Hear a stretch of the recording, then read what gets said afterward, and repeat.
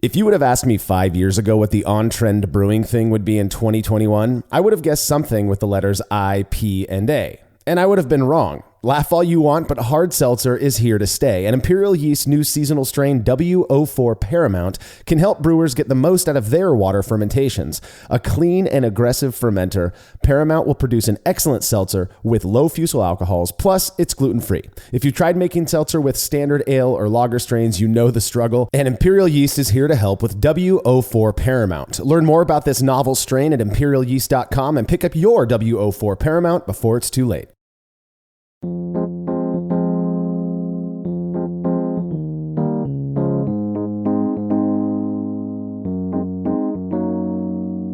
I turned 21 while I was living in the charming city of Bellingham, Washington, which at the time had a single brew pub, Boundary Bay Brewing. Now, I've no qualms admitting that I occasionally partook in drinking more typical offerings during my high school and college years, but the week of my 21st birthday, I visited Boundary Bay and fell in love with craft beer, as well as the culture that surrounded it. Now, back then, the way people would learn about new beers was either by visiting the brewery or just word of mouth. And while the sharing of opinions on beers certainly occurred, it was nothing at all like what's going on these days. You're listening to the Brewlosophy Podcast. I'm your host, Marshall Schott, and joining me on this Brews Views episode to discuss our opinions about beer rating apps and websites is contributor Andy Carter. Yeah, Marshall, I think similar to you, there was this time when you were just having whatever beer was in front of you, but as you grow to appreciate it, you realize the spectrum of beer that was available. And really today about these websites, either websites or apps now, and of course in the smartphone era, there's more app-based voting. It's curious because what you're getting is kind of two things. You're getting some opinion, but honestly, when you aggregate the data, you're actually really distinguishing which brewery is standing out from the rest. And I think it's a really cool topic, and I'm happy to dive into it with you. Yeah, I remember the first time I learned that there were websites and apps where people could track and review the beers they drank. I'd introduced a good friend of mine to craft beer, and he quickly became obsessed to the point that he reserved an entire shelf in his apartment fridge to his beer collection. You can ask his girlfriend about that one. Well, one day while I was driving in my car, he and I were driving somewhere, I think to a brewery actually, and he started talking about the exact number of beers that he tried.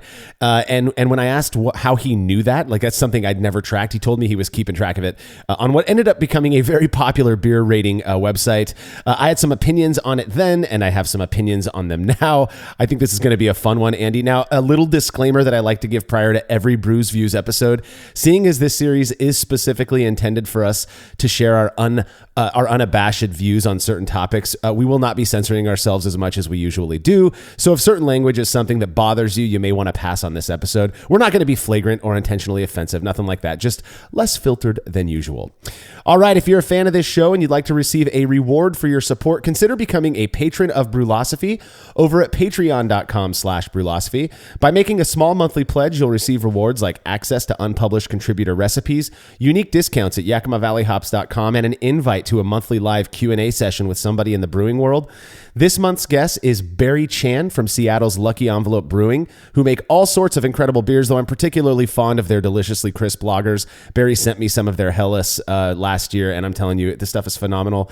As a homebrewer turned pro with a background in engineering, Barry is an absolute wealth of knowledge who loves sharing what he knows with others. I'm really stoked for this session, and I'm sure you'd love it too.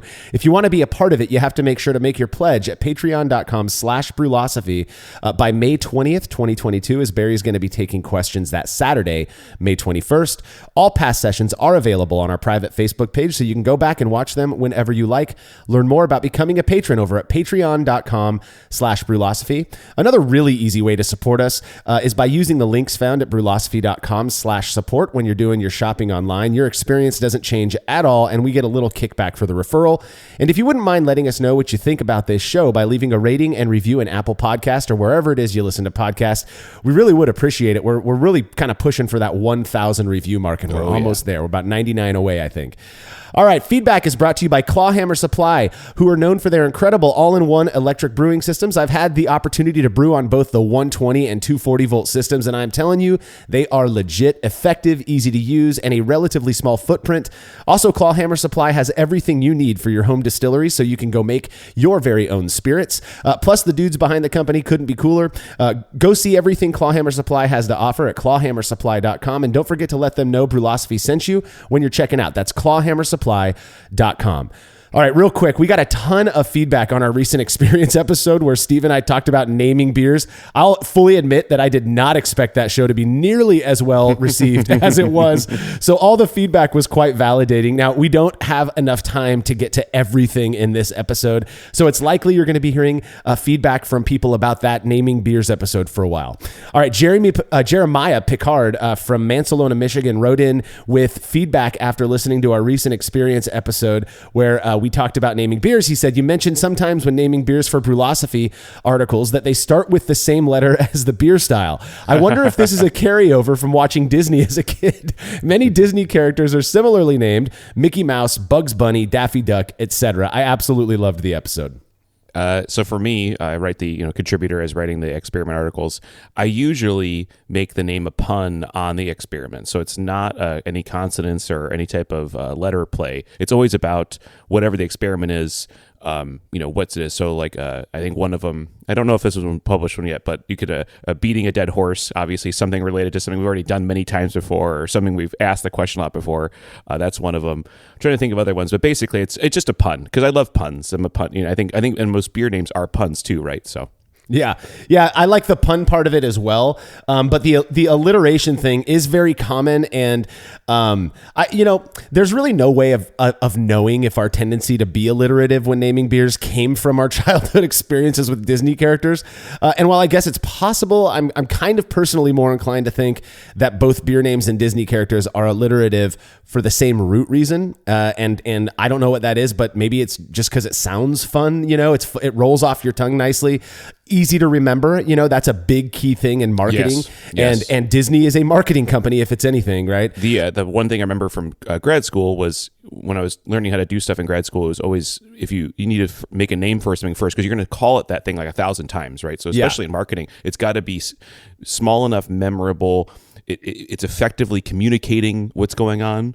That's important, right? Especially in brewing, like professional brewing, your naming it's your brand. It has to be everything going in is as important as the quality of the beer. So there's a reason Mickey Mouse and Bugs Bunny and Russian River are all popular and easy to remember. Yes. So that alliteration thing, I think there's reasons for doing it. I don't think in this case, Jeremiah, maybe I'm wrong, but I don't think Disney influenced beer brewers, and I don't think brewers are influencing Disney. But it's a good thought, and I do think the same root reason is there.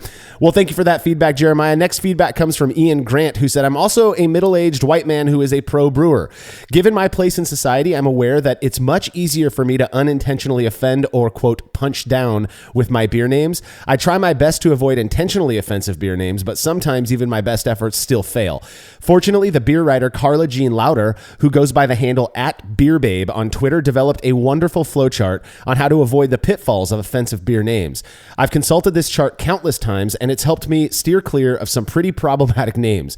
The chart asks questions of the names I may not have thought to ask myself, and while the answers to those questions ultimately come from me, at least it's a more culturally aware starting place. I know I've benefited immensely from Carla Jean Lauder's work, and I hope to pass this chart along to others who may also find it similarly beneficial. Now, I was able to find the chart Ian's talking about just by searching through Carla's Twitter, which again is @BeerBabe. And yeah, it's a pretty neat tool. I appreciate you sharing that with us, Ian.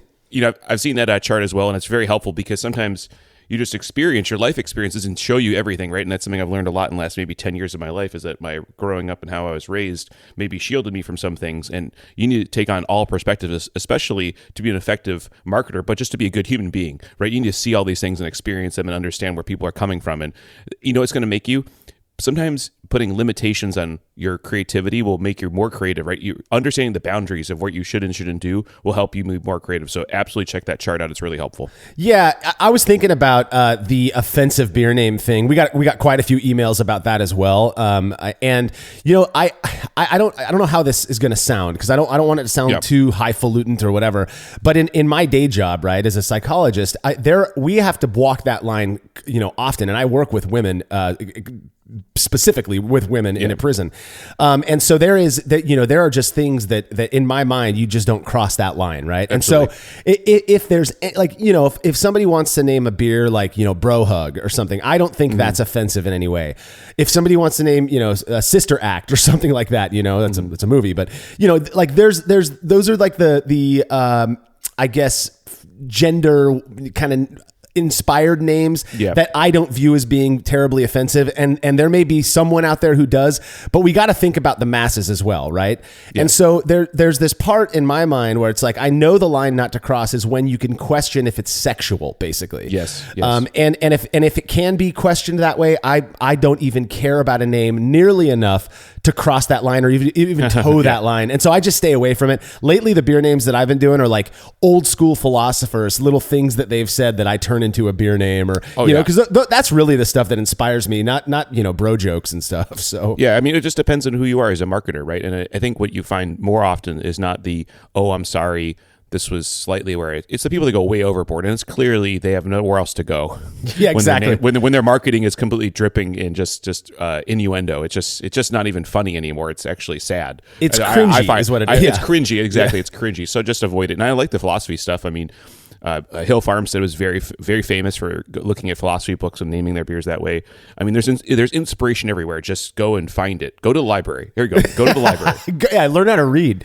Yeah, learn how to read. Well, I do appreciate the feedback, Ian. And just to drop the name again, Carla Jean Lauder, which I think, if that's her real last name, that is very convenient. It's a badass last name. Yeah, it's a badass last name. Her handle at Twitter is @BeerBabe. Go check her out. She's got some great stuff.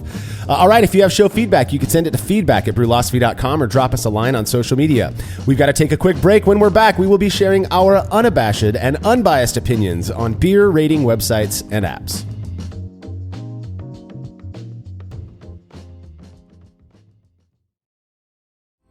Chilling work can be a chore, especially after a long brew day, but not with the Xchillerator Counterflow Chiller, which can chill a 5-gallon or 19-liter batch of wort in 5 minutes or less, leading to a strong cold break and clear wort in the fermenter. Brewlosophy's Matt Del Fiacco uses the Xchillerator Max and absolutely loves it. In addition to improved chilling efficiency, every Xchillerator comes with a 5-year warranty that covers the entire chiller for manufacturer defects. If you're looking to up your chilling game and a CFC is right for you, head over to Xchillerator.com today. As every brewer knows, the best beer requires the best hops, which Yakima Valley Hops provides fresh from the source to brewers around the world, carrying everything from classics like Cascade to modern favorites like Galaxy and Mosaic, as well as other ingredients and gear. Yakima Valley Hops has it all. And don't forget to check out their new podcast, The Late Edition, where the YVH crew goes into depth on our favorite plant with industry experts. Head over to YakimaValleyHops.com now to see all they have to offer and subscribe to The Late Edition wherever it is you listen to podcasts. There's no denying that stainless steel is the best material for brewing equipment, and Delta Brewing Systems offers some of the lowest prices on high-quality stainless gear, like the Firm Tank, which in addition to holding 8 gallons or 30 liters of wort, comes with a domed lid to even further reduce the chances of a messy blow-off. Plus, it can hold up to 4 psi of pressure for closed transfers. Delta Brewing Systems also has their own line of brew kettles, as well as one of the lowest-priced all-in-one electric brewing systems out there, and their prices are shockingly low. If you're in the market for legit stainless gear that won't break the bank, do yourself a favor and head over to deltabrewingsystems.com today.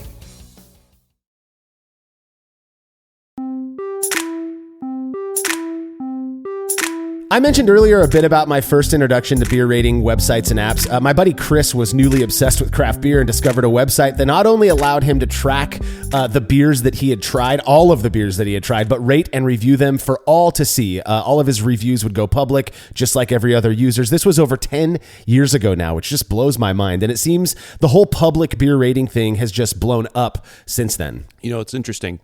I think what you find is when beer was beginning, it was very hard to find certain styles, right? If you lived in, say, Chicago, you weren't getting San Diego beer. Mm-hmm. If you lived in Pacific Northwest, you weren't getting, I would try to think of an East Coast brewery. It's his name escapes me. It doesn't really matter, right? So you had to learn about beer by reading other people's reviews. And I think that's the kind of thing, or the kind of root of all this today I want to talk about, is that you taste a certain way. When you taste something, you have an innate ability. Of course, we've talked about this in the past. Tasting is some innate skill, but then describing what you're tasting, that can be taught, right? You can taste things and create a vocabulary and then relate that. So when I say, I love this double IPA, and then I give it to Marshall and he doesn't like it, that doesn't mean he's necessarily wrong or right. We both have our opinions, but we're tasting them differently and have certain preconceived notions or prejudice going into it. And that's why I think rating websites are great, is that you get an aggregate. You can really pick apart and get a more objective opinion because of the aggregate nature and say, hey, this beer is categorically better than this beer. And I learned so much from the rating websites when I didn't know anything that it was really important for me to read the ratings. I have a feeling you and I are going to have differences of opinions on this episode, and not in a way that's, I think, too much conflict. I just think that there are the ways that I think about these beer. I remember when my buddy Chris first told me about, we're driving along in the car and he tells me that he's keeping track of the beers that he drank. And my first thought, and this sounds like I was being very judgmental. We're still friends. It's not like I ruined but I was like, who the hell would do that? Why do you want to, to me, a part of the culture of craft beer that I loved so much was that it was so, kind of quick. Like you ran through things. Oh, I tried a new beer. What'd you think of it? And you talked about it and it brought people together.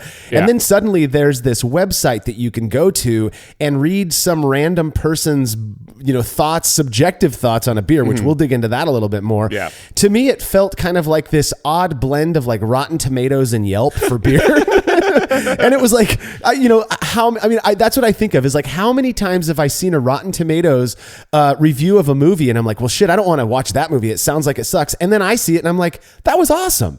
The movie, people are going to make fun of me for this, but I love Jim Carrey. He's one of my favorite actors, from everything from Dumb and Dumber to like the serious stuff. And I remember he made this movie called The Number 23 and it got the worst reviews. Yeah. People were like, his acting was shit. The movie, the plot line was horrible. I loved it. Right. I love that movie. I like the two movies. I like that one a lot too. Yeah. Because it gets kind of into these deeper ideas that a lot of people don't think about. Right. And it's not his standards. Right. When This happens all the time on beer websites. This XYZ brewery makes a fantastic IPA. Gets great reviews. They make a Helles. It just gets shit on because it's not an IPA, right? It could be a perfect Helles. It could be a perfect Helles, but it'll never get the same numbers. And we'll get into numbers and biases, especially in Untapped. There's a ton of that in Untapped, and we'd love to talk about that. But it is true, right? If you aren't playing in your wheelhouse, your standard user base, because of course every one of these breweries or these review websites, right? It takes time to write them down and write the reviews, and all that. And if in your local crew is going to be the evaluator. Right, I remember going to breweries when I moved to Santa Barbara. There was one guy that literally rated every single beer on this one brewery. Right, so his opinion is going to define how the public views that brewery, right? Which is a singular flavor, right? Not the aggregate, and that's a problem. See, that's where I will say there's a problem there, right? Because it's only one person's data, not a aggregate. And but it becomes an aggregate, and that right, because you get it, and that I think that's the hope of all of these. There really are three main brewing apps / websites that we're going to talk about in the next segment, and that we'll just put them out there now. That's Beer Advocate, Rate Beer, and Untapped. So the thing is, though, I think the hope when they first started, when Beer Advocate first got started, I think a part of the hope with the beer review thing was, well, we'll take that one layperson's opinions, but then we're going to combine it with everything else, and at the very least, we'll average their 5-star ratings, Yes. And okay, so now you've got this sort of weird idea of what the general public kind of thinks, about these beers, but you interject the thoughts and opinions of one a person who's viewed as, quote, a person of authority about a beer, and now all of a sudden the reviews are going to shift. I guarantee you that. Back in the early days, you have to ask yourself, what was it? I remember before Russian River Pliny the Elder, I don't remember a beer having the worldwide fame of anything. Pliny the Elder was like, why in the world is everybody pining for this beer? I don't get it. The only thing that I could point to, besides the fact that Vinnie Cilurzo is an incredible brewer and that is an incredible beer, is because people started talking about it online, and it became effectively the first meme beer. Everybody had to get their hands on it. And it became, you couldn't, I lived 3.5 hours from Santa Rosa. I would go up there and they'd be sold out in their own beer stores because people wanted it. I was there for, actually unwittingly, happened to be in town for the 2000, I think it was 12 Pliny the Younger release. And the line stretched 2 miles to get a sample of beer. And how did you get there? The internet and these beer rating websites played a huge role in that. You and this is a great little sidebar on Pliny the Elder, is that I was thinking about this when we were writing the notes for this podcast. It was like beer rating websites absolutely defined some breweries. Absolutely. The only way okay, so first you get some good scores, and then it's like, well, it's IPA, and obviously IPA, and then double IPA. One of the first double IPAs, I mean, this, don't get it twisted, was also one of the first double IPAs. So it had that ability to start, right? Start with high scores and start with alcohol and hops, right? And then it moves forward. Scarcity, that's a whole nother podcast. And then online marketing, right? And then what happens is people start blogs about beer reviews, right? So there's the beer review website itself, and then there's the secondary and tertiary beer review websites. Of course, they're going to make a top 10 list. At the top of that list is going to be Pliny the Elder, and that's going to self-generate and self-propagate and through Google's algorithms, right?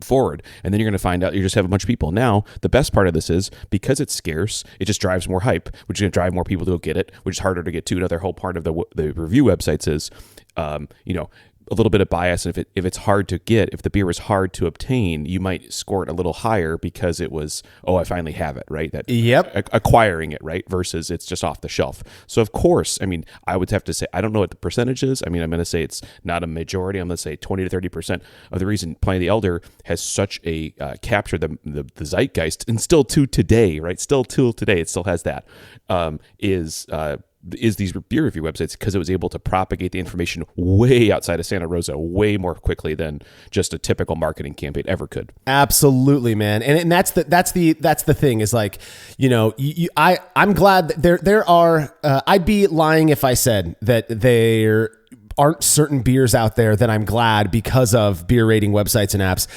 didn't blow up. I mean, I'm really glad that Russian River got the attention that they absolutely deserve. The second one that I remember just being like, there's competition now, was Heady Topper from The Alchemist, right? Yes. Back in the early 2010s was that it was like, who's gonna be number one on Beer Advocate, right? Oh boy, this is and it was kind of fun to watch. But a part of the thing, and I just couldn't break away from this, that really got me was, who are the people actually leaving these reviews, right? So for the most part, again, we're going to break down the different apps and our experiences with those in the next segment.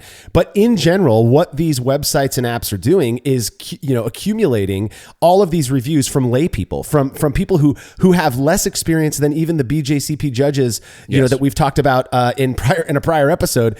And yet we are kind of relying on, Joe Schmo, and his cousins to give this kind of valid feedback, and it creates this illusion of validity, and it's just interesting to me, and also the points that I can't help but notice are this concept of regression toward the mean, right? So you've got a beer that comes out, and let's say Carol and John get their hands on it, and they're the first to review this brand new beer from an amazing brewery. Okay, now you've got the opinions of two people that you don't know. You have no idea what their abilities, their tasting or describing abilities are, but you read their reviews.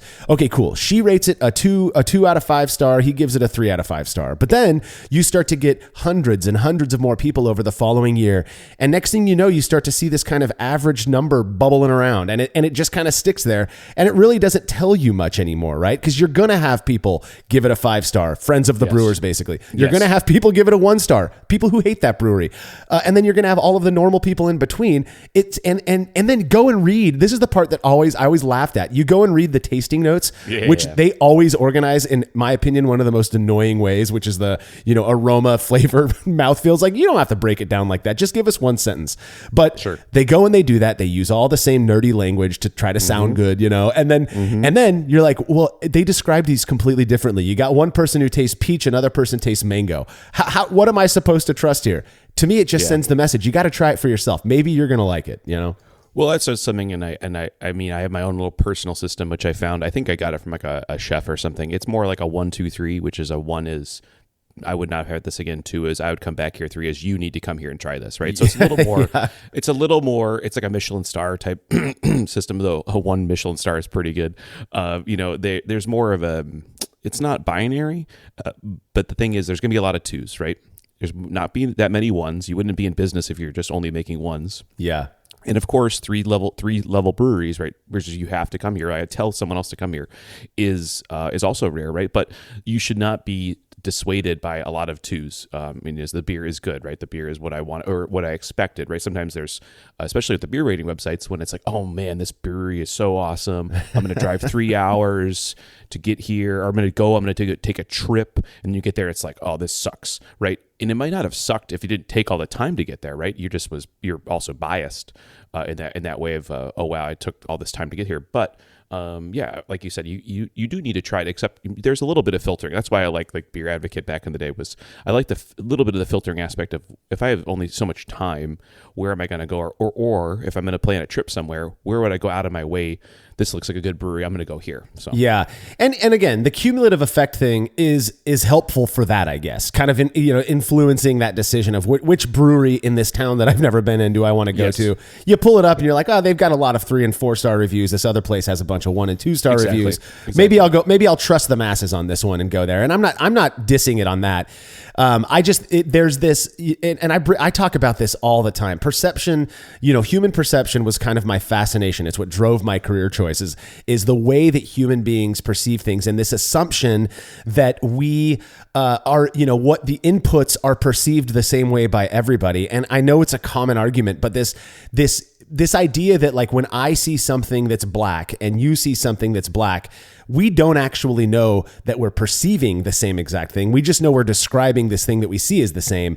And people will argue. Believe me, I've heard all the arguments against it. I'm not trying to sway anybody, but when it comes to something as complex as beer, it's like, you really just look at the way people describe it. They're not even describing the black as black. You know what I mean? Yeah.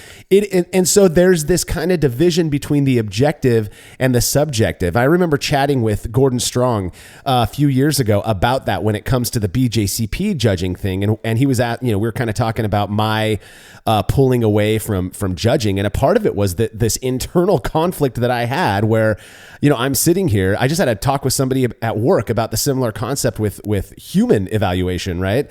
Mm-hmm. That just because I might perceive this one thing doesn't make it real. It doesn't make it any more valid than something else somebody else perceives. And that conflict inside me is so uncomfortable that I just stopped judging. And it also explains why I've never used these beer rating apps. I think I tried it a few times way back in the early 2010s, and it just didn't do it for me.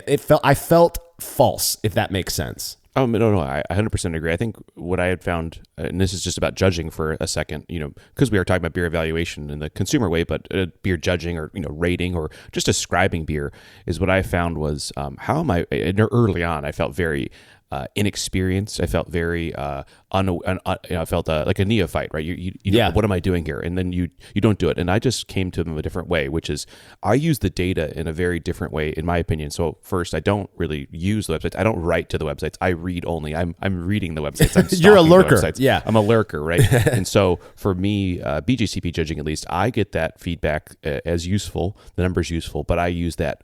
Actually, the act of judging is to support the local club. So I'm using it a different way, right? And then like the apps or the websites, I'm using it to understand beer from a perspective of, well, I've had a beer from this place. What about other beers? And I kind of use it as a travel guide or just to kind of get a sense of what's going on versus going there, and I would love to go there, right? That's obviously the best way of doing it, but you can't go everywhere. So you're trying to understand just a little bit about where things are, and that's how I use them, rather than just to write or what's called ticking culture, which is just having as many different beers as possible, which we'll talk about in the apps themselves. I mean, for a fact that a lot of drinkers these days, and honestly, to the credit of Untapped or whatever, it's kind of nice that you've got these people traveling, whether it's locally or around the states, around the world, just to tick off that they had these beers. Hey, it's a huge indirect marketing thing. When you mentioned Russian River,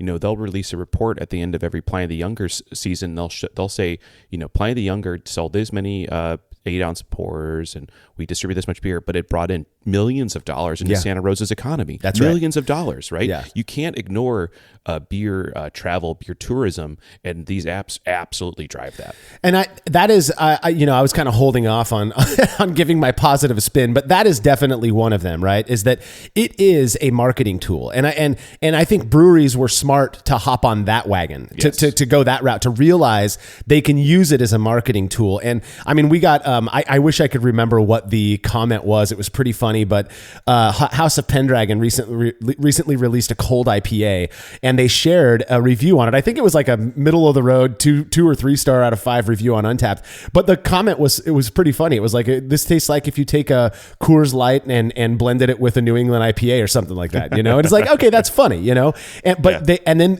rather than letting that just kind of sit away, they shared that and they used it to market the beer even more, And so it's kind of I can see that the value in that. But again, my biggest qualm with relying on those reviews, and maybe a lot of people don't do that. I could just be kind of barking up the wrong tree on this one, but the problem I see with people relying on the reviews of these completely normal drinkers like you and me, you think about the Dunning-Kruger effect. Are you aware of what this effect is, right? The more inexperienced you are, the more astute you think you are, right? And exactly. as you get more and more experienced, you start to realize, oh, geez, I didn't really know what I was talking about there. I'm dumbing that down incredibly, but it's just an interesting way for me to look at these, I'm referring almost specifically to the written out, detailed beer reviews where these people sound like, this is exactly what I got. This is exactly what this beer is going to taste like to everybody. I was watching a YouTube video yesterday, a really good one actually.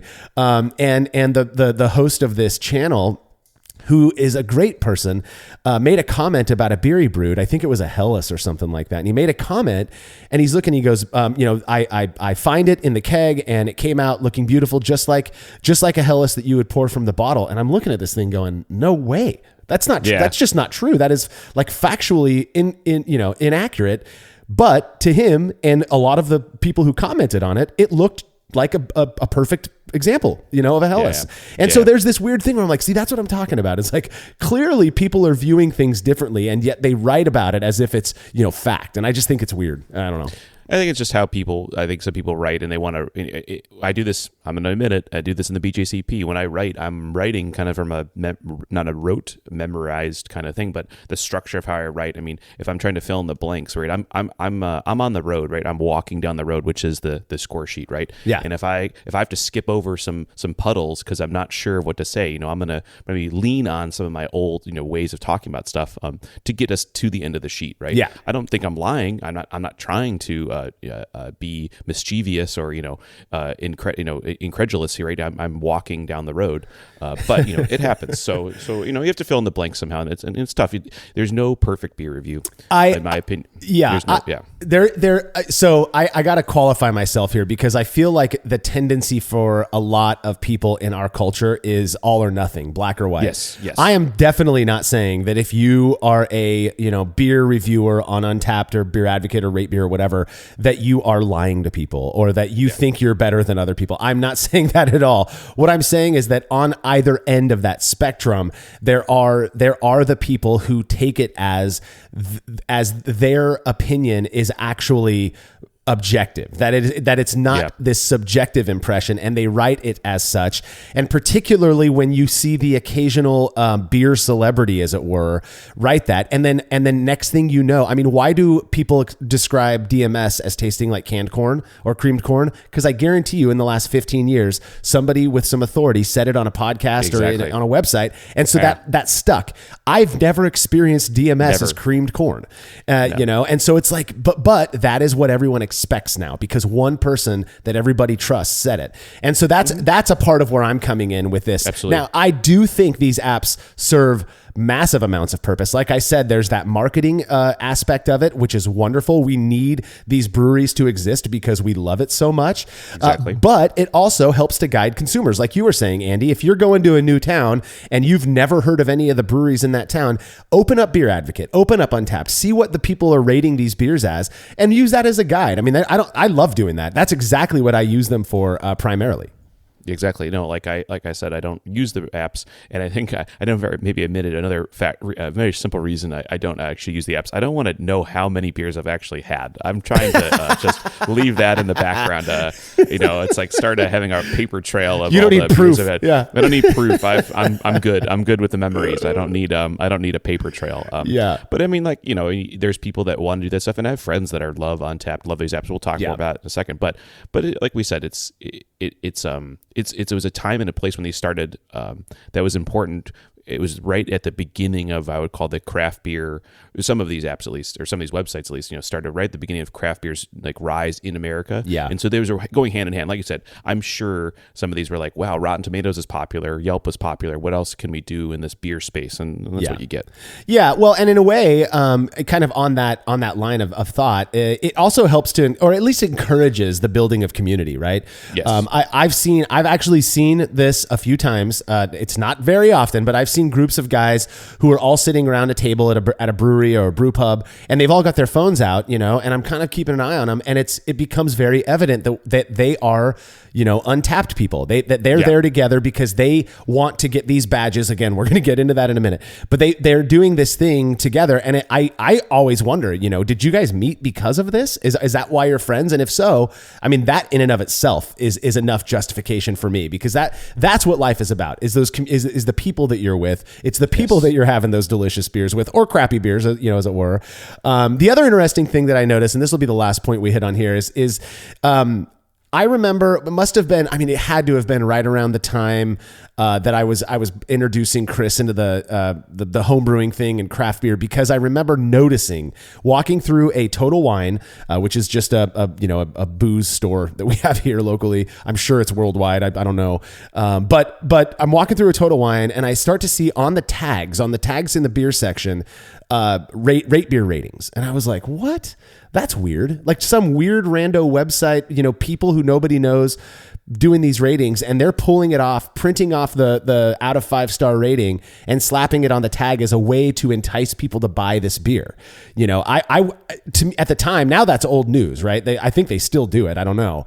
But like, I remember thinking, wow, what an interesting way to use this free information online, Mm-hmm. No, they were, I believe in this case, and we'll talk about them in the next segment, but, I believe that was actually part of the business model of these websites, right? Is talking to the bottle shops, and as a way of using the data effectively to get the consumer to understand. And then, of course, it says the website name at the bottom of that tag. They're going to go to the website and go use it. So that's right. It works both ways. Yeah. Well, and I'm telling you 100%, as much as, we all like to think that we're uninfluenceable.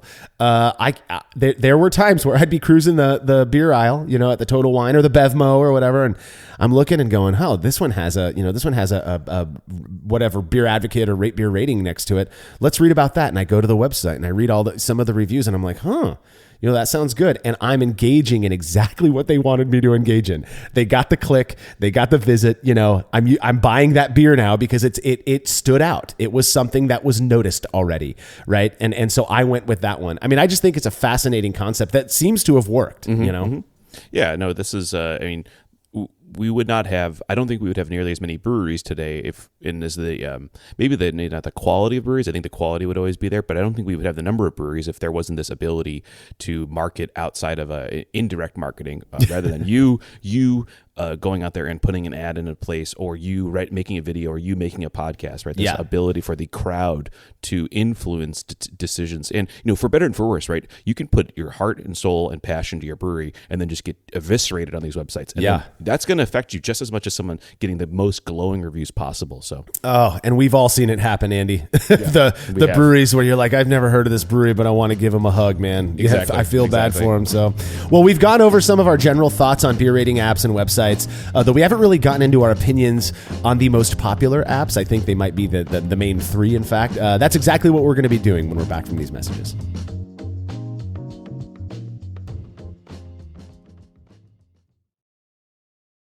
After a long brew day, the last thing I want to do is waste more time chilling wort. I've tried so many different options, and ultimately I settled on the super efficient immersion chillers made by Jaded Brewing.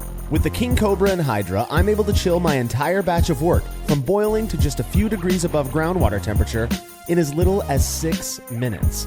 If an immersion chiller is right for your brewery, then do yourself a favor and check out all of the rad options Jaded Brewing has to offer at jadedbrewing.com. And be sure to let them know Brewlosophy sent you. Craftmaster Growlers takes traveling with and sharing beer to a new level. Made from heavy-duty stainless steel, Craftmaster Growlers are double-wall insulated and can keep beer cold for up to 8 hours. Unlike typical growlers, Craftmaster Growlers come with a swiveling tap and fully integrated CO2 regulator cap, allowing beer to stay fresh for 2 weeks or more. The square design takes up less space and will fit in most refrigerator doors, and every Craftmaster Growler comes with a 1-year warranty. There are 64 and 128-ounce versions available over at craftmastergrowlers.com.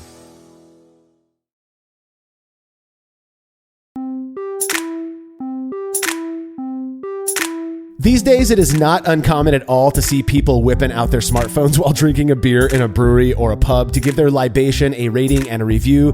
There are some places, in fact, and I've been to many, that display those reviews within minutes of them being posted. In fact, House of Pendragon here locally has at the bottom of their tap list screen kind of this ribbon of recent untapped reviews. It's just so different than how things were just a few years ago. Now, I think it's safe to say that one particular app has become sort of ubiquitous for this. That is Untapped. But by my recollection, it was Beer Advocate who really spearheaded this whole idea of consumers publicly rating and reviewing beers.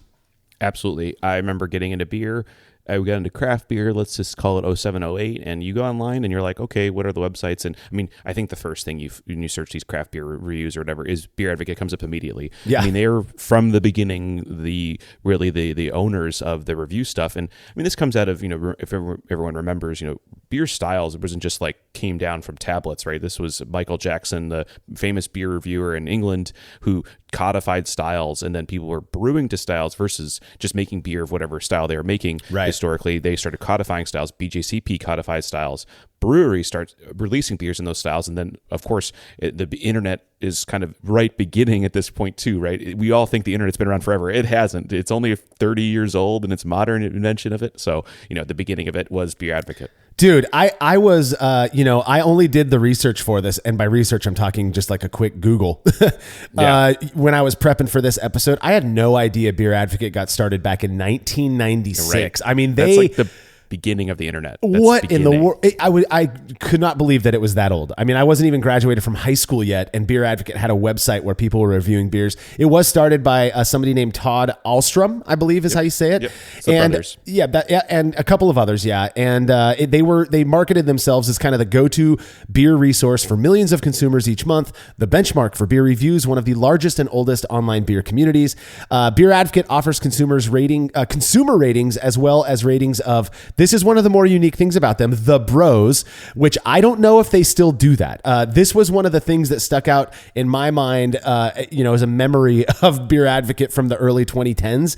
And this group of Bros was a loosely affiliated collective of super secret ninja assassins who prey upon BMC drinkers and elderly clowns.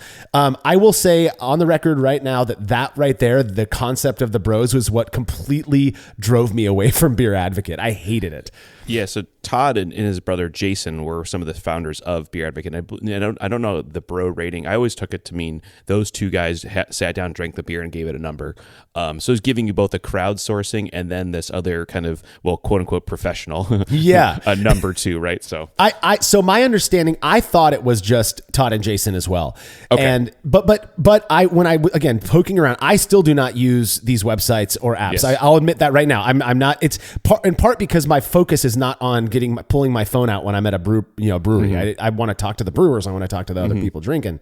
But I remember that thinking that it was just the two actual brothers. Now, my understanding based on what I read yesterday is that it was like a group of trusted, beer lovers who they had doing this. Maybe I'm wrong about that. I don't know. But man, the whole idea, if you say that you're going to prey upon BMC drinkers, that is me. I mean, I've never been one to hide behind the veil of I'm a craft beer guy. I don't don't drink big beer. It's going to ruin. No, actually, they're the ones that allowed craft brewers to be alive because they put so much money into all of that is required to make beer that it allowed us to, to build these craft breweries as well. And by the way, I know that there are a few out there, craft brewers who, everyone I know drinks freaking BMC. So absolutely, there you go. Have that. So if you're going to prey on us, you're automatically pushing me away.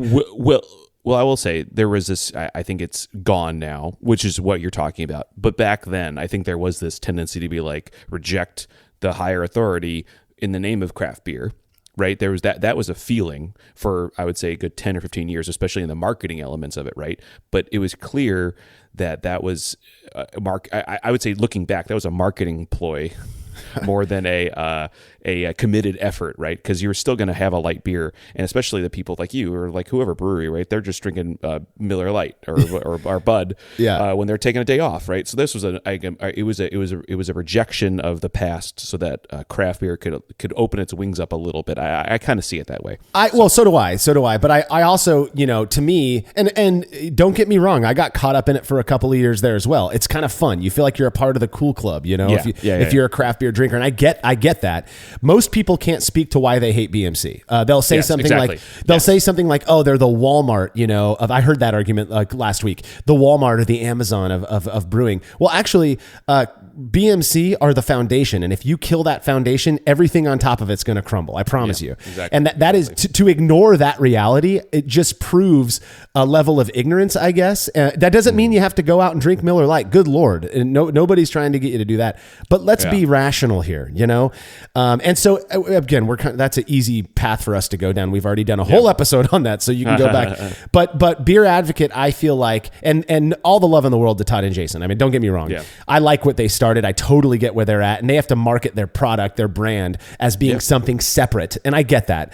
But I do feel like there was that forum in general with the promoting of beer reviews and for craft brewing, which was wonderful. With this kind of like side comment of we hate BMC. I feel like they helped to light that fire of misunderstanding of the role that big beer plays in the good point. Yeah. And so there, and again, I these are just presumptions on my part. There's no way to know this for fact, but I've been around long enough to have witnessed the kind of rise and fall of these ideas, and I just think it's really interesting. Yeah. So for me, Beer Advocate, I think I maybe wrote a handful of reviews. It was the first, like we said, the first website I saw or read. There was also, I found the two things I liked about it more than just say the numbers, right?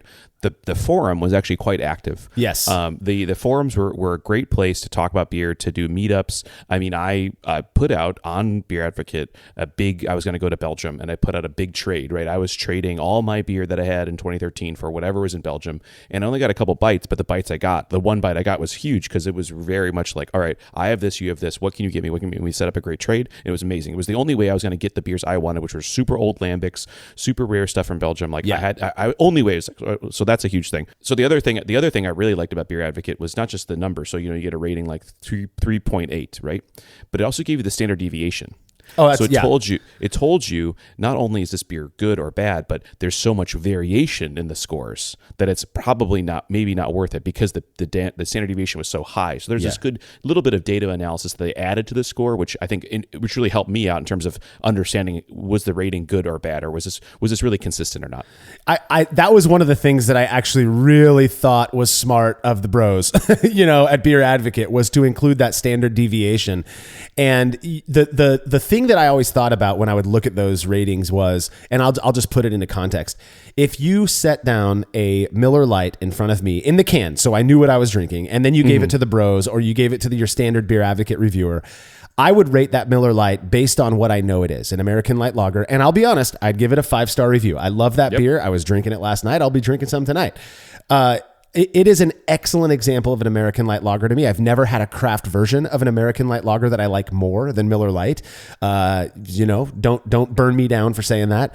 But you put that in front of the bros, or you put that in front of, again, your kind of typical Beer Advocate reviewer, and in the can, so they're seeing that it's Miller Lite, and I would almost guarantee they'd give it a 1-star review. So who do you trust, right?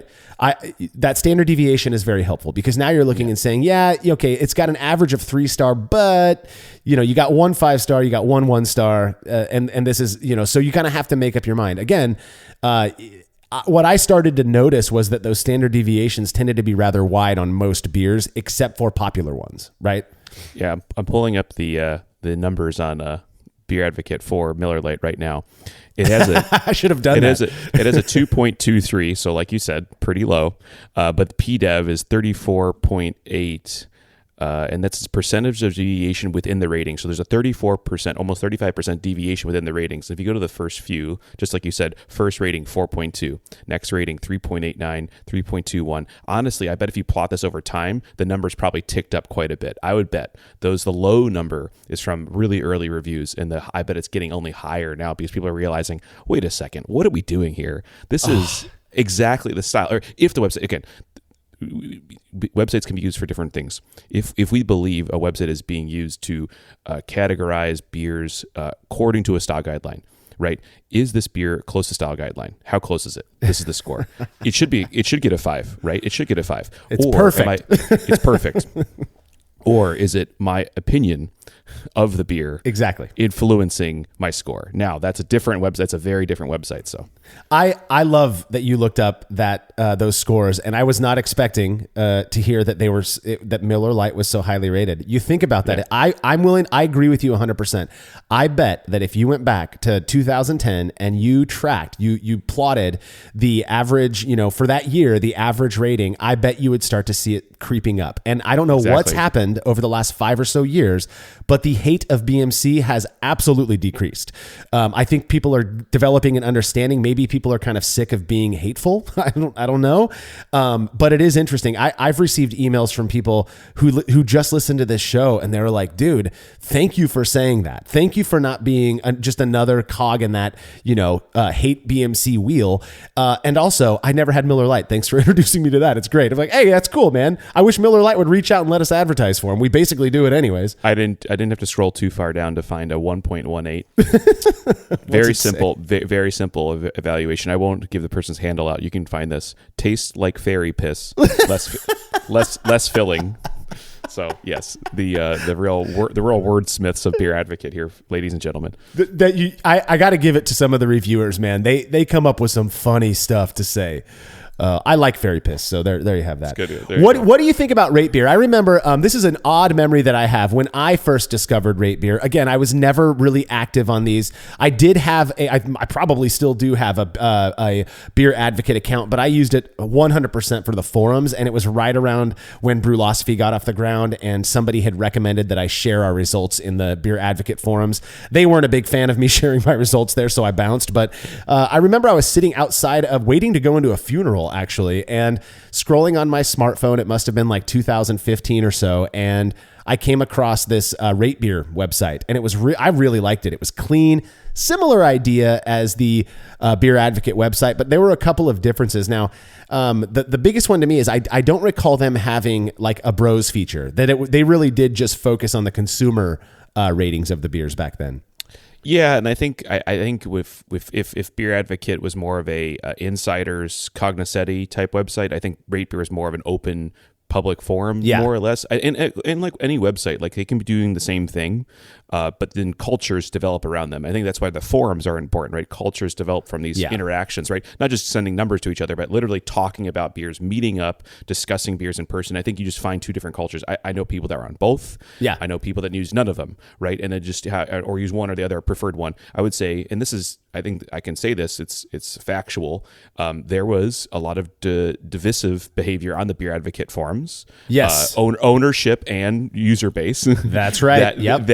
That I don't think translated nearly as much as Rate Beer. And I see Beer Advocate being like a little older school. Rate Beer was a lot more about marketing, a lot more about getting out there and using the data in the brewery space and in the retail space much more than Beer Advocate was. They were ahead of the curve in terms of having events, having things outside of the website, right, which only built the community more. Yeah. The fascinating thing to me about that is that they actually started in 2000. So 4 years after Beer Advocate. Yeah. And it was very difficult for me to find names associated with it. I found some like forum post where somebody talked about the guys who started it. But right off the bat, what the message that sent to me, and just doing my kind of research on this, is the Beer Advocate guys wanted to be, this is their baby. They wanted it to be associated with them. They are the bros. They're the ones providing the reviews that aren't added into the consumer reviews. So here's ours, and then there's everybody else's. Whereas Rate Beer, it seemed at least, really had this focus on the consumer opinion is what matters the most. And they also had an active forum, just like Beer Advocate. A lot of these two websites, by my recollection, were very, very similar. But like you said, they're the first ones I noticed who had their tags next to beers on the shelf. Yes. Right. Yes. It was. Now I've seen Beer Advocate as well since then. But Rate Beer is the one where it felt like that was their business model, was Correct. Try to get our names on this, and try to really. I feel like they almost, maybe they didn't, but to me there was this sense of like a curated touch. It was almost like they accounted for the extremes, right? The outlier ratings. Yes, they did, and I don't know if they did or not, but there was something about Rate Beer, illusory as it may have been, that I viewed as being more trustable, I guess.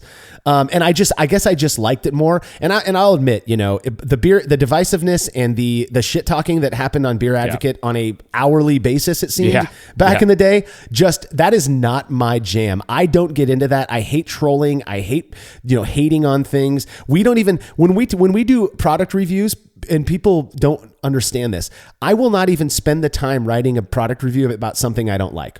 It is a waste of energy. Why would I want to share that with anybody when I could just talk to the manufacturer? It's the same thing with the beer.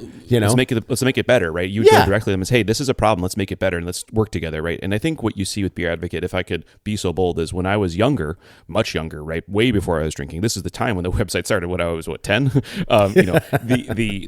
There was a internet culture, and I think people maybe listen to this today don't realize this. There was internet culture where shit posting on forums was what you do, right? Yeah. There was this, this was what you did, right? And you still see it today on Facebook and Instagram and stuff. But back then, when it was like there was a forum, a bulletin board, whatever the forum software was, I mean, it was part and parcel to just go off on people, and that was the thing. And I think that was what you saw in Beer Advocate, which you didn't see as we progressed through these different apps, is that they got rid of that because that was old culture, not new internet culture. So well, and I think that when you take a group of ignored, insecure, mouth breathing neckbeards, as it were. And I use those terms to be funny, not seriously, because that's kind of what the meme became, who are angry at society. Well, the easiest place to go and release that anger is in an anonymous online forum, right? And for people who liked beer, those places ended up being Beer Advocate and Rate Beer. And it was absolutely out there. It is still absolutely out there. I think Reddit has probably overtaken both of those because people love the anonymity offered at Reddit. Absolutely. And it's disgusting. In my opinion, I don't care. Those are, if I'm going to be a judgmental person, if you're out there trolling and thinking that you're getting one over on somebody because they're actually trying to, share their opinion or something, you're the douchebag there. That's the thing, is like, so it's easy enough for me to ignore. It was not ignored 10 years ago. I mean, the fights on Beer Advocate would get shared in other forums because of how incredibly entertaining they were. Yeah. Goodness gracious. So with Rate Beer, is interesting. Like we said, it was more of a marketing tool, or it started. It had that more intentionality, right? It wasn't just for fun. It was actually like built. And then so what happens in 2019 is Anheuser-Busch starts looking at this and says, "Hey, wait a second. Hey, hold on. Let's maybe invest in this." So there's Anheuser-Busch has ZX Ventures, which is one of these venture capital arms of the bigger business, and they said, okay, in 2016 they invested a bit, and then they purchased it outright in 2019. And that really spun people the wrong way because, again, people love to hate on big, huge, successful corporations. And I get that. Did it matter? Oddly enough, when Rate Beer did that, and I would have done it, I'm not you come and you offer me the right amount of money, Twitter and Elon Musk, I'm going to say yes to it. That's just livelihood. Yeah. This is America, This is a business. That's right. It's a business. People just, they're so sentimental about these things that are started by human beings who just want to make some coin. I mean, I don't know how people get so caught up in their belief about a person's mentality or sentiment, but when Rate Beer sold to AB InBev, when freaking Ballast Point sold, or when Wicked Weed sold, in back of my head, I'm like, good for those guys. They finally did it. They're successful, but way more fun to just hate on them because your sentiment was, threatened. And when they went full in, ZX Ventures 2019 with Rate Beer, there were actual craft breweries out there who were telling Rate Beer, pull our stuff off your site. Which is just, I mean, I get it, I guess, but it doesn't make sense to me. Why would you, just because of who owns it, are you assuming that maybe AB is going to come in and like manipulate those reviews? Because I doubt they would do that. But hey, to each their own, I guess. Well, I mean, there's, I think, a credible argument was, they saw the ability to use the data, right? They, of course, you see only 10 or 20% of the data. You don't see traffic. You don't see like the history. Like I just mentioned, like what was the number? What was the number back in the day? I want to see all your data, right? There's a reason they got that data, right? There's privacy things that could be abused, but they looked at it as a market. I mean, it's a good marketing tool, right? What can we do for it? And at the time, Anheuser-Busch was acquiring craft breweries. They weren't just making Bud Light, right? They have Golden Road, they have Goose Island, they have all these other breweries that they need to think about, and what's the future of them, and the future is the data. That's what they were buying, right? So. Well, yeah, and there's. I get that the privacy thing is a big issue for a lot of people right now. Yes. And I have to believe, and I'm a cynical dude by nature. I had a psychologist friend one time refer to me as the most optimistic cynic they've ever met. Yeah, but the thing is like AB InBev, Miller Coors, all of these companies, they have all of our data already. I mean, if you're drinking beer and you've been in this game for that long, they've got your data if they want it. The purchase of Rate Beer to me was I don't know why they would want to do that. I don't think it was to manipulate. I think all corporations and businesses, anybody who owns any business has some manipulation going on in some way. That's just the way this works. It's not malicious manipulation, and I don't think that there was malice behind the overtaking of Rate Beer or AB's overtaking of other breweries or anything like that. I honestly think they were business decisions. And yes, Rate Beer is a wonderful marketing tool. I just looked up the Rate Beer rating for Budweiser. Budweiser is an AB InBev product. Would you like to know what the ratings are? Yes, please tell us. Overall, 0. Okay, so nice. So that's what I'm trying to say. You've got this company who owns this other website now, and they have left a review of their market product up that is an absolutely awful review. People, I'm not trying to defend AB. What I'm trying to do is like settle down, masses. It's okay. Things aren't. They're not hiding the fact that they own this thing now, and I just don't think it's that big of a deal. Now, people are gonna absolutely be inflamed that I would think that, and I get it. Don't even need to email me. I get your perspective. I promise you. Yep. So the elephant in the room, the big dog in the room these days is Untappd. So what a little bit of history. You got any history there on Untappd, Marshall? I know that Untappd was started in 2010, which I thought it was later than that. But 2010 by, I believe its name's Greg Avila and Tim Mather. And it was specifically made for smartphones, and it was hugely inspired by the boom of social media apps. Mm-hmm. And it is basically the social media app for beer drinkers. Now, I originally downloaded it, I believe, in 2012. I was sitting at House of Pendragon, and some people I'd never met came in and were sitting next to me taking pictures of their beer and asking me, have you ever seen this before? So I gave it a go. I probably still have an account. I don't have the app on my phone anymore. But it's an interesting app. The idea was that you would essentially, and it still is, that you check in the beers that you're drinking at the location you're drinking them at. So it's kind of this like twofold crossfade, if you will, of beer promotion, but also location promotion. Yeah. So what I liked about it was quick, right? There was, I've said this before, I don't really use these websites. I only read them and stalk them. What was cool about it was, I think it obviously upped the ante in terms of data collection, because before Beer Advocate, and I remember by the way distinctly people saying there would be a Beer Advocate app at some point, which really never materialized, but okay. And maybe Rate Beer was trying one, I don't remember. Anyways, Untappd Untapped, the first really big one, and it's still stuck around, right? What it allowed was that quick review, right? That real basic granular data collection, right? Rather than have to write a nice flowery review and then go and fix it, or go to a real computer and type it, right? Just 4 bottle caps, 5 bottle caps, 3 bottle caps, right? Yeah. I'm here, I'm checking in, I got a record. And, there is a whole system of badges you can collect and get special badges because you come to the brewery at a certain time. And then, again, like Rate Beer, where it was integrating stuff, these guys worked with making tap lists, right? Your tap list can be powered by Untappd. Genius. You make your so you have your Untappd, it's scrolling the reviews as they're getting checked in. This is getting checked in by this guy, this is getting checked in by this guy, right? So fixing many problems simultaneously with breweries that are strapped for cash. They don't want to buy a nice point of sale system. They don't want to do a chalkboard. Like, oh my God, the chalkboard's going to take hours to fix and make nice and everything. That's right. Just throw a big screen TV up, load up the app, and you're off. And maybe you're paying them I would say reasonable amount of money a month to get the data. To there's a little bit of this. With apps, of course, becomes this. Who's the product and who is the customer, right? And I'm not paying for it. I'm the product, and this little bit of that, but.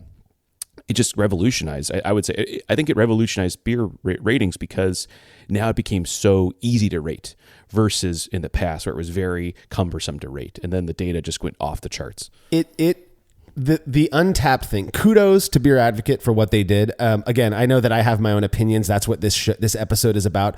But Beer Advocate, Rate Beer, I think were genius business ideas, and I think really did contribute to the growth of craft beer overall. Yeah. Untappd, Greg, Tim, my goodness, are you guys geniuses? I mean, I genuinely believe that. What a way they struck while the iron was hot in the rapidly growing social media world, and they created this monolith, this huge, unavoidable. I now see Untappd ratings when I'm walking through certain stores on the beer tags. Yes. You walk into breweries and they've got Untappd on their screen because that's who they're paying. And I think my understanding is it's not that expensive. It's like $100 or so a month. I can't believe it's more than $100 a month. It can't be that expensive. Exactly. That's what I'm saying. It's easy. Yeah. It's and the genius behind Untappd is not only are they making, whatever it is, recurring monthly fee for using the tap list service, they are getting free advertisement the entire time people are sitting in that bar looking at that tap list because you've got the little scrolling Untappd reviews going on the bottom. And then those reviews turn into, I remember being at the Hop Grenade. I was out over this was years ago. I was doing a spot on one of the Brewing Network shows, and I'm hanging out in the Hop Grenade, and they've got Untappd reviews of every brewery that's in there scrolling along the bottom of their screen. And I'm thinking, my God, that is genius. What an incredible, from a business perspective specifically, what an absolutely incredible idea, and what they've turned it into. You cannot hate on that. It's incredible. Absolutely. Do I use Untappd? I do not. I don't own a brewery, but if I did, I would probably use the Untappd feature. I do. It's in my opinion, it's one of the cleanest, best offerings that's out there for tap lists. I don't use the app for tracking what I drink for two main reasons. One, I could not care less about earning badges for the beers that I'm drinking. I don't care about the tracking of my beers for counting like you do so much, Andy. If I were to whip out my phone, again, I'm old school. I'm in my 40s. I would feel rude if I'm sitting with a group of people every time I get a new beer, I pull out my phone and I take a picture and I write a review and I do all of that. Very rarely am I at a tap room or a brewery where I'm not with other people. So it just doesn't cross my mind to do that. And it also, there's a part of me that feels like the younger generation understands the internet thing more than I do. I think I'm I like somebody described my generation as being Zennials, where we're kind of like half Gen X, half millennial. I was born in 81. This is one of those areas where I don't want to sound like I'm hating on the younger generation. I don't fully understand what people get out of constantly sharing what they're doing with other people. My private Facebook is basically dead. I use Facebook and most social media specifically for Brewlosophy, and it is for promotion. People who are individuals, you are promoting you're promoting yourself, and there's nothing wrong with that. It's just not something I can relate with. Yeah. The other part of Untappd, which I think is good to mention, is something a little biased. I think it's the bias goes through all these apps is certain styles are always going to be better numbered, absolute numbers than other styles. And this is something we joke about on a few other podcasts I'm on, mostly consumer beer focused podcasts, is you can have the best lager in the world. It will not get above a 3.5 star rating on any app just because no one wants to give them a high rating. Yeah. But the worst pastry stout will at least have a 4.2. So there's this little bit of a bias because it's like, the flavor, the amount of flavor you get is part of it, right? But beer is this great beverage that has every flavor, right? It's not just limited in a single narrow region, right? It can have almost no flavor when it needs to be refreshing, and it can have so much flavor you can only have an ounce of it. That's a different type of beer, right? Yeah. So it's just interesting to see the human aspect, of course, the bias, the self-biasing that the user base has for certain styles and the prejudice they have. Probably going back to that whole Anheuser-Busch and Miller Bud Coors thing, right? That there's a preference for crapping on lighter beers and always raising up higher flavors. So yeah, well, I learned something really interesting again while I was researching for this episode. Apparently, the company who owns Untapped, I think they're called Livewire or something like that. I forget. They recently bought Beer Advocate, so there's this combo now of like two of the granddaddy beer review app / websites coming together and doing this thing, which I actually think is really neat. It's smart. It's. I mean, again, from a business perspective, it's undeniably smart. You are combining the two monsters in the room to create, again, this monolith, this huge database, basically. Well, imagine now what you do is if you take really good, well-written reviews, like take a review from Beer Advocate from the late 90s, early 2000s. And it's well written. You can codify how well written it is, the amount of words it uses, the speech patterns it uses, and then you use that and say, what was this beer back then? What is this beer now? And you really do the data mining. You think about that, right? If you're actually in the back end, right? You think about that and you watch the data.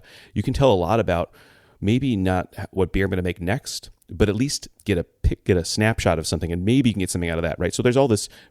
I'm not going to say I'm a big data guy or I don't do this for a living, but there is this aspect of there's been a pile of stuff, a pile of raw data, raw formatted data, and where does that go next? And I think that's why you do it, and to the fact of like it's preservation, right? Yeah. There's websites that preserve old things. Beer Advocate is a landmark in that regard. It is a historical landmark for beer reviews, right? So it has to be preserved, and I think that's also part of why acquiring it, getting the bros, getting them paid, getting them a little bit of a paycheck for their hard work is a good thing, right? Yeah, and like I said, if it sounded like I was being a little critical, that's because we're doing a Brews Views episode. I have nothing but respect, particularly on the business end of things, for the bros, for Beer Advocate, and for Untapped.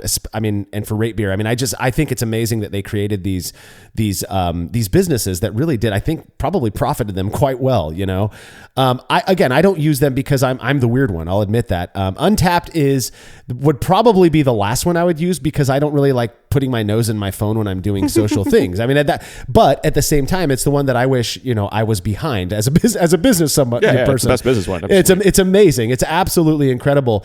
I mentioned earlier that I couldn't care less about the whole badge thing, but the fact that there are people out there who are motivated to travel around, try different beers so that they can earn those badges. And I don't know how strong of a motivation, those give, but I think that that's amazing because now you've got this business, Untapped, who is encouraging people to go try new things, to try more IPA, to try more lagers. And I think that's great. I mean, there's nothing wrong with that. The only thing it's going to do is get more people drinking good craft beer. And that's what we want, right? So absolutely. For Untapped. Now I mentioned I think I did download that app. I just went on my phone real quick and gave it a good look, and I don't have it anymore. So I needed to make space or something like that. So, well, overall, I could not care less, if other people are into beer rating apps and websites, but I personally, like I said, I don't find them terribly useful on a personal scale, but I absolutely see the usefulness of them on a more global scale. And again, that's not to say I don't occasionally find myself still kind of perusing some reviews if I'm walking through. I was just down in San Diego, and there's all of these local offerings that I don't get up here in Fresno. So if I hop online, the first websites that pop up are going to be Beer Advocate and Rate Beer. And so I'll go and I'll look at those reviews. I don't necessarily view the reviews as being, cemented, true, evaluations of these beers, but they're ideas from people out there who have tried the beer. And I find that at least somewhat valuable. My opinion is my opinion. My preferences are my preferences. There's a very good chance that I like stuff that others hate and vice versa. versa. And I want to keep that in the back of my mind as well. So that's where I stand. How about you, Andy? Yeah, I like these websites. I think, like I said, I'm not going to participate as much. It just kind of my style is not to do the writing. I tend to keep my writing towards the homebrewing end with the BJCP. But I like I said, I read these websites. I take that data and I, of course, with a grain of salt, put those into my hopper and say, well, if I'm in Seattle, where do I want to go? And I'm going to at least utilize the website to guide me, right? I'm going to go to probably multiple breweries, but let's at least hit the high notes or what people think are the high notes and see where we go. And I've been wrong. I've been wrong before. I've been dealt a bad hand. Yep. But a lot of times it works, right? So you just got to see what's going on locally and then go there. And obviously you're going to be your best judge, right? You can't trust someone else's opinion for what kind of beer you should drink. So obviously go out and have a beer. Yep. I couldn't agree more, man. And there's this, I know, and we hear from them often that there are people who absolutely hate what we do at Brewlosophy. Again, we've done an episode on that a couple of years ago, but they still go to the website and they still read the articles so that they can have, they can put ammo in their gun, as it were. And even my views are nowhere near as negative as that about these websites, but they're still getting my clicks. They're still getting my eyes on their website relatively often because it's there. And that ubiquitousness, right? That them being there is what is kind of proof in the pudding that they were successful. And on that, I got to give them kudos. So, well, that is all we've got on beer rating apps. Don't forget to subscribe to the Brew Lab, where Cade goes into the lab with brewing scientists to discuss the research they've performed, and make sure to keep up with all of our beer and brewing antics over at brewlosophy.com. The Brewlosophy podcast is made possible by the generous support of our sponsors, as well as all of our rad listeners. We seriously could not do this without you. Cheers to everyone who has subscribed and left a review of our show. It makes a huge difference. If you haven't yet, please consider doing so. Head over to brewlosophy.com/support to view a list of ways you can easily help us to continue producing this podcast. If you want a reward for your support, visit patreon.com/brewlosophy. Thanks again for listening. We'll be back next week with another episode of the Brewlosophy podcast. Until then, think beer. Start off the morning with some hot tea, lemon and honey, cause it suits my bro. Put some herb in the bowl, yeah, it's homegrown. Ain't gotta go through the middleman no more.